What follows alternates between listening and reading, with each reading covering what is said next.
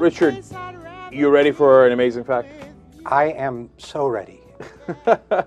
Now, through the first 4 months of this year, we've created 573,000 new jobs. And if you extrapolate that over the year, we would create about 1.72 million jobs. Okay? Okay. Now, that's not necessarily going to be the case. We'll see how the next 8 months go, etc. Do you know that that would be larger by a lot than all the jobs created under the 8 years of Bush? That is interesting. Yeah. That's a good fact. In the 8 years that Bush was in charge, we created exactly 1 million jobs. Okay? So all we have to do is add, just have another 4 months just like we did now, and we skyrocket past the entire Bush term in just this year. It could be in just the first 7 or 8 months of this year. Okay? So when the Republicans say, hey, you know what, they're not creating any jobs, etc., nonsense. And I don't want to give all the credit to the Democrats, et cetera. There's a lot of reasons for an economic turnaround, but obviously the stimulus package worked in some ways. Now, you can worry about the concerns about adding to the deficit. Those are legitimate. But did it create jobs? Of course it did, right? Sure it did. And we have a long way to go. We've had a very centrist approach, too, on jobs. We lost an awful lot of jobs during this recession. If you look at the U6, I think they call it, which is the real unemployment number, which includes people who've stopped looking for work or people who think they don't have a chance, as well as part-time workers who want to be full-time and all that, it's a staggering number. It's 17.2% or something like that. We have an awful lot of people out of work, but we are well ahead of what Bush was able to accomplish, despite having spent just 1/8 of the time in office. That's an important number. Exactly, and part of the thing is that we're digging out of the ditch, right? I mean, we're getting those, and that cuts both ways, to be fair, right? One, we're in a ditch, so it's harder to get out, so it's nice that we're getting job creation here when we got devastated by this economic collapse. The second thing is Bush hit such a bad bottom that it's hard not to go up, right? Yeah. And to give you a little bit more perspective on that, this is amazing fact number 2. So Bush created about 1 million jobs in 8 years. If you want to have a longer perspective, because you say, look, the first 4 months of this year, not fair to look just at that time period because we lost a lot of jobs last year, et cetera. Those are good points, right? So let's take a little longer perspective. Bill Clinton in his 8 years, how did he match up? Did he do a little better than Bush? Did he get like 2 million jobs created maybe? That would be twice as good as Bush. I think he did substantially better than that. No, I mean, it couldn't be 4 times better, right? It could be better than that. It couldn't be 10 times better, could it? It could be. 22 million jobs created under Clinton. 22 million for Clinton, 1 million for Bush. Same 8 years. And now they say, no, tax cuts, tax cuts. That's what Republicans always say, right? Well, look, Reagan did tax cuts, and there's a lot of different factors that go in, but we did have job creation. A lot of jobs got added, okay, over 10 million. So now, but Clinton raised taxes, and we had even more jobs created, 22 million. Then Bush cut taxes, and we fall into a ditch.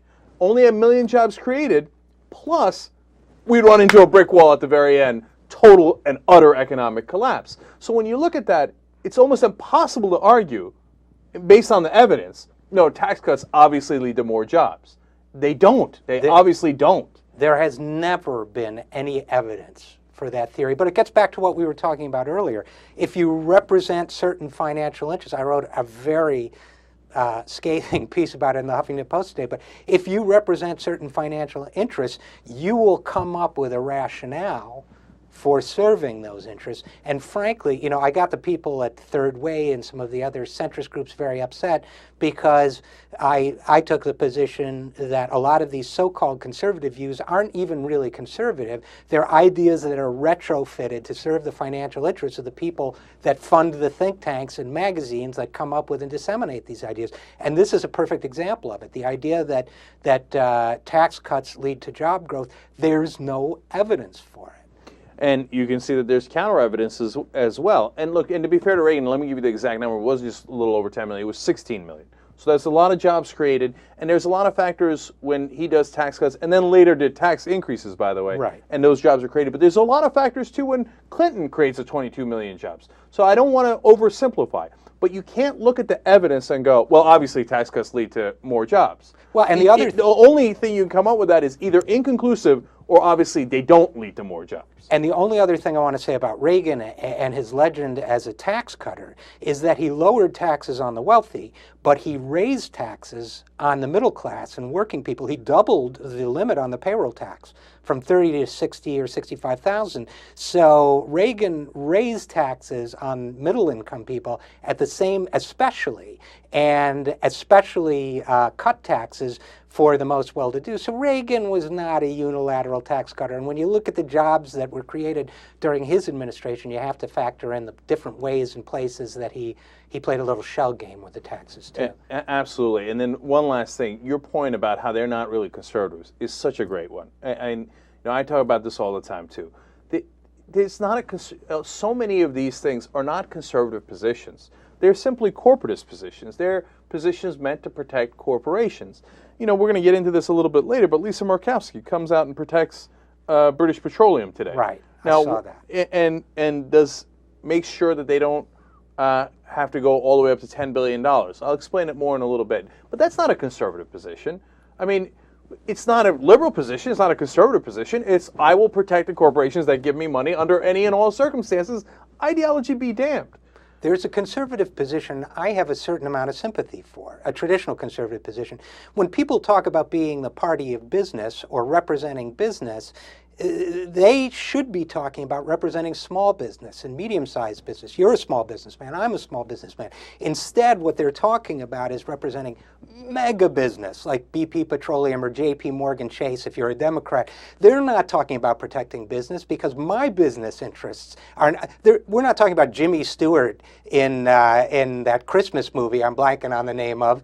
We're not with his little bank in Bedford Falls here. We're talking about JP Morgan Chase that alone owns 44% of the derivatives market in the United States. 44%, that's a near monopoly. The top four banks in this country control 94% of the derivatives market. When you're defending them, you're not a conservative. You're a corporatist. And two quick additions to that. One is when Mitch McConnell went to go protect those same giant banks, what did he do? He said, oh, no, it's for the community banks in Kentucky. I'm doing this. When he had just got finished meeting up with the giant Wall Street banks. And he hadn't gone to the Kentucky banks at all. Comes out, oh, no, it's for the small banks in Kentucky. My ass it is, right? And then today, Murkowski, when she came up on the oil issue and went to cover BP's ass, and she won, by the way, okay? You know what she said? Oh, I'm doing it for the smaller oil companies. Which smaller oil companies? The mom and pop oil companies. That it's just, husband and wife and a derrick or two, and, they're just, please.